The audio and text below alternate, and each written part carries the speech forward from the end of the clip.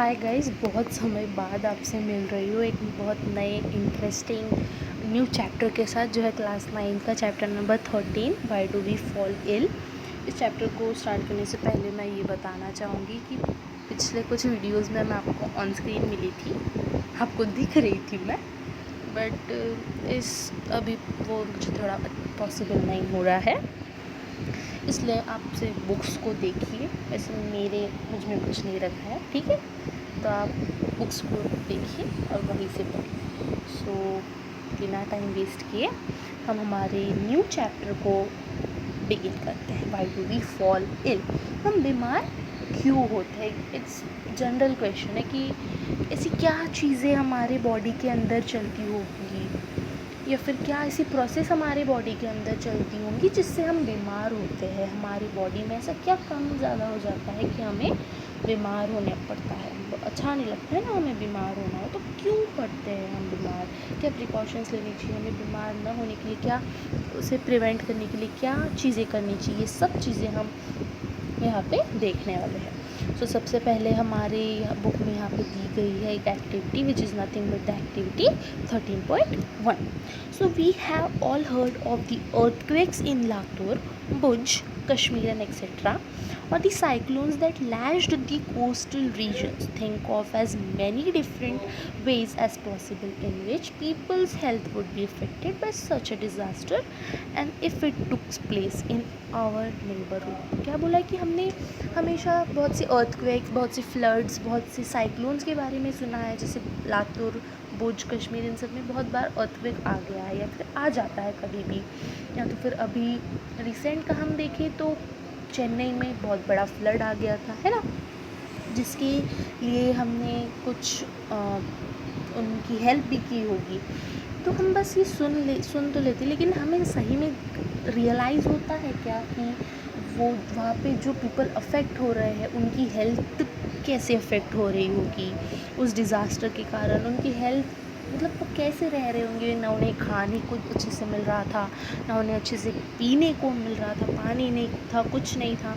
हम बैठे बैठे तो अच्छे से उन्हें सिंपैथी दे देते कि हाँ बेचारों पे क्या बीती होगी, लेकिन जब तक हम उस प्रॉब्लम को खुद फेस नहीं कर लेते तब तक हम उसकी गहराई को नहीं समझ सकते, right. So how many of these ways can we think of our event that would occur when the disaster is actually happening? जब कोई डिज़ास्टर, सही में जब कोई डिज़ास्टर होते रहता है तो ये इवेंट्स होंगे, उन लोगों की क्या बीतती होगी ये सही में। तब हम क्या सोच सकते हैं, क्या वो उस वक्त हम सोच सकते हैं क्या हम स्वार्थी बनेंगे, खुद की पहले प्रिकॉशंस लेंगे, दूसरों को बाद में हेल्प करेंगे, है ना। उस एक्चुअल टाइम पे, उस डिज़ास्टर के वक्त कोई भी पर्सन किसी और की हेल्थ पे क्या इफ़ेक्ट हो रहा है, क्या अफेक्ट हो रही है, उनकी हेल्थ कैसे अफेक्ट हो रही है डिज़ास्टर के कारण, ये हम सही में सोचते हैं क्या, सोच सकते हैं क्या। इट्स अ क्वेश्चन है, जस्ट आपको कुछ सोचना नहीं है।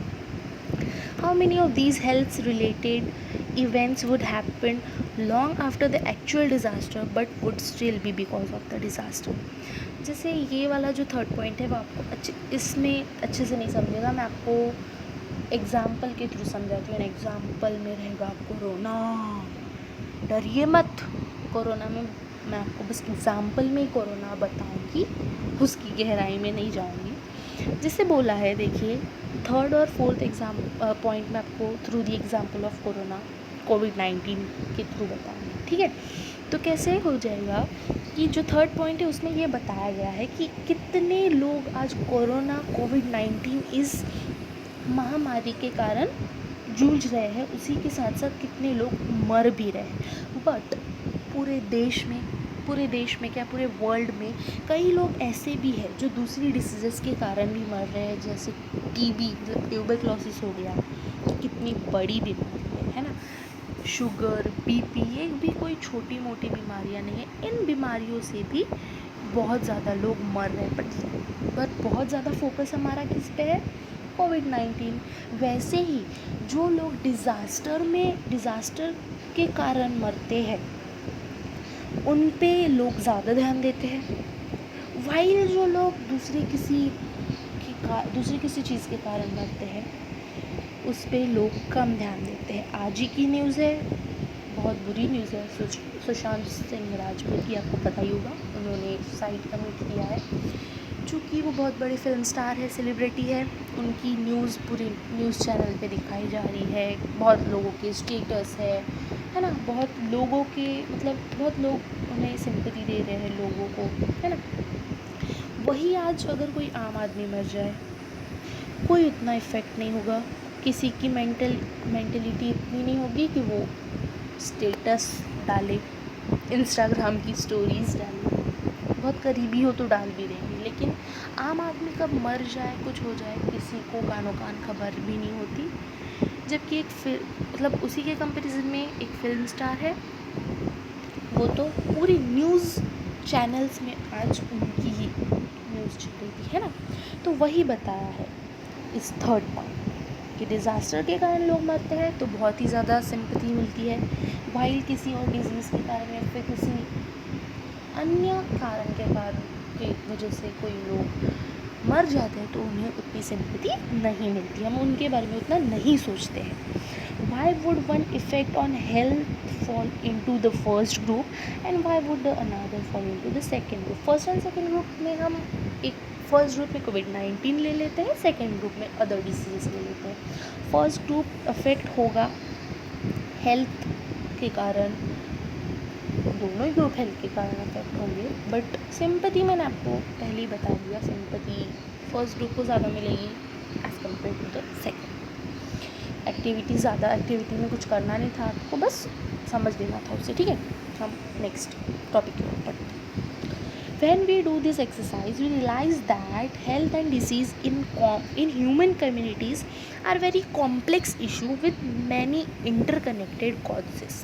जब कभी हम एक्सरसाइज करते हैं, लॉकडाउन में तो बहुत लोग एक्सरसाइज कर रहे हैं, अच्छी बात है, करना भी चाहिए। तो जब कभी हम एक्सरसाइज करते हैं तो हमें तब ये रियलाइज़ होता है, क्या रियलाइज़ होता है कि हेल्थ और डिसीज़ जो है हमारे ह्यूमन कम्युनिटीज़ में या फिर हमारे ह्यूमन ग्रुप्स में कितनी ज़्यादा कॉम्प्लेक्स इशू है, ये कितना बड़ा कॉम्प्लेक्स इशू है ना, मतलब कितनी बड़ी ये इशू मतलब बहुत बड़ी बात है ना। ये हमें कब पता चलता है, जब हम एक्सरसाइज करते हैं तब हमें पता चलता है कि हेल्थ और डिसीज़ कितना बड़ा एक कॉम्प्लेक्स इशू बन सकता है हमारी जनरल रोज़मर्रा की लाइफ में, विथ मैनी इंटरकनेक्टेड कॉजेज़, और उसमें बहुत सारे इंटरकनेक्टेड कॉजेज़ भी होंगे। We also realise that the idea of what health and disease mean are themselves very complicated. Health और डिसीज़ खुद में ही बहुत ज़्यादा कॉम्प्लिकेटेड इशू है, खुद में ही बहुत ज़्यादा कॉम्प्लिकेटेड एक आइडिया है जो हमें समझ लेना चाहिए हमारे लाइफ के साथ साथ, है ना।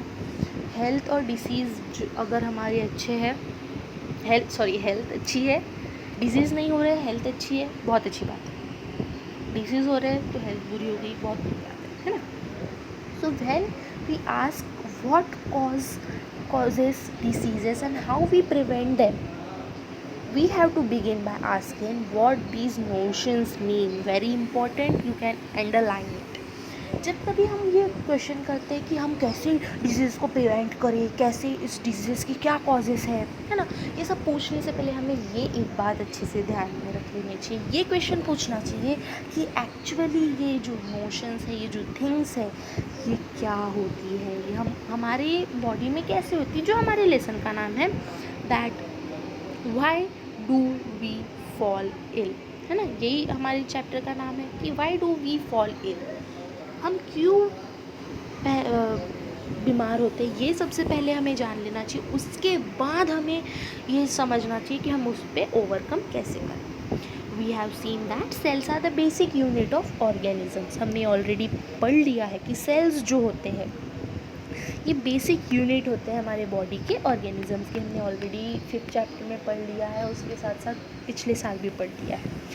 सो cells are made up of variety of chemical substances such as proteins, carbohydrates, fats, lipids and so on.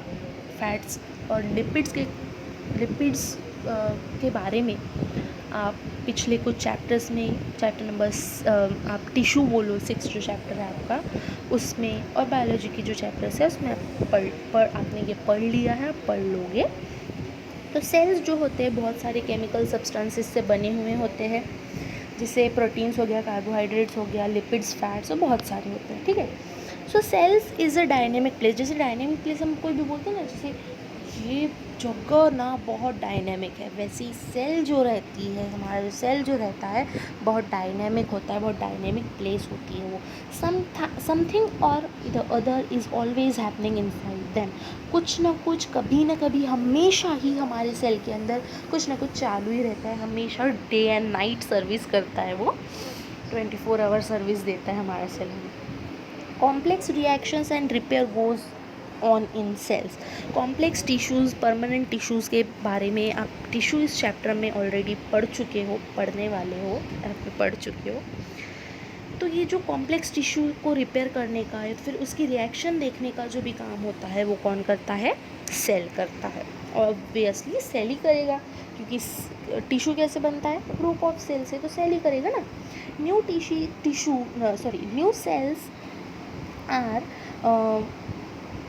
New cells are being made. रोज़ ऐसा कोई भी दिन नहीं गया होगा, ऐसा एक भी दिन नहीं गया होगा कि हमारे बॉडी में सेल का प्रोडक्शन, सेल की डेवलपमेंट, सेल नहीं बना। रोज़ हमारे बॉडी में न्यू न्यू सेल्स बनते हैं। ये बात आप नोट कर सकते हैं, ये बात आप अंडरलाइन कर सकते हैं कि जो न्यू सेल्स होते हैं आर बीइंग मेड, हमारे बॉडी में रोज़ नए नए सेल्स बनते जाते हैं।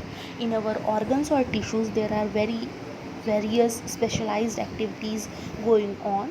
The heart is beating, the lungs are breathing, the kidney is filtering urine, or the brain is thinking. हमारे बॉडी में हमेशा हर वक्त एक्टिविटीज़ चलती ही रहती है, जिसको हम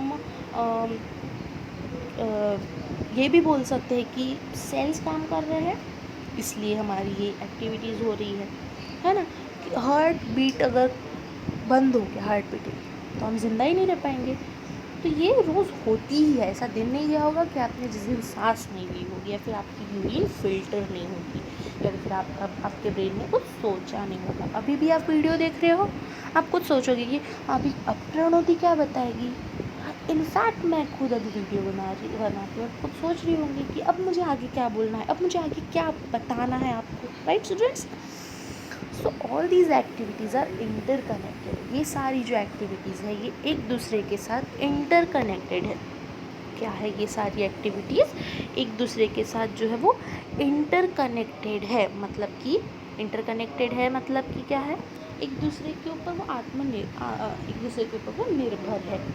for example, if kidney are not filtering urine, poisonous substance will accumulate. हम एग्जाम्पल के थ्रू समझते हैं कि कैसे इंटरकनेक्टेड है। अगर हमारी यूरिन फिल्टर ही नहीं हो रही है, तो हमारे बॉडी में, हमारे यूरिन में पॉइजनस सब्सटेंसेस जो है वो, टॉक्सिक सब्सटेंसेस जो है वो एक्युमुलेट होंगे, तैयार होंगे, पैदा होंगे, right. So under such conditions the brain will not be able to think properly. और ऐसे सिचुएशंस में हमारा ब्रेन थिंक कर पाएगा क्या? कुछ सोच पाएगा कि क्या करना है, आगे क्या करना है? तो अगर हमारी यूरिन ही फिल्टर नहीं हो रही है तो हमारा ब्रेन नहीं सोच रहा, मतलब एक दूसरे से वो इंटरकनेक्टेड है, ये साबित हो गया है ना। So for all these interconnected activities energy and raw materials are needed. Food is necessity for all cells and tissues functions. तो for all these interconnected activities, ये जो सारी interconnected activities है वो एक दूसरे से interconnected क्यों है, हमें ये समझ में आ गया है। क्योंकि पॉइजनस सब्सटेंस अगर फैल रहा है हमारी बॉडी में तो हमारा ब्रेन कैसे थिंक करेगा? आप तो उसी टेंशन में रहोगे कि मेरे बॉडी में पॉइजन हो गया है ना। ब्रेन थिंक ही नहीं कर पाएगा। So energy and raw material are needed. Activities के लिए एनर्जी लगती है, रॉ मटेरियल नीडेड होता है, और एनर्जी हमें मिलती है हमारे फूड से।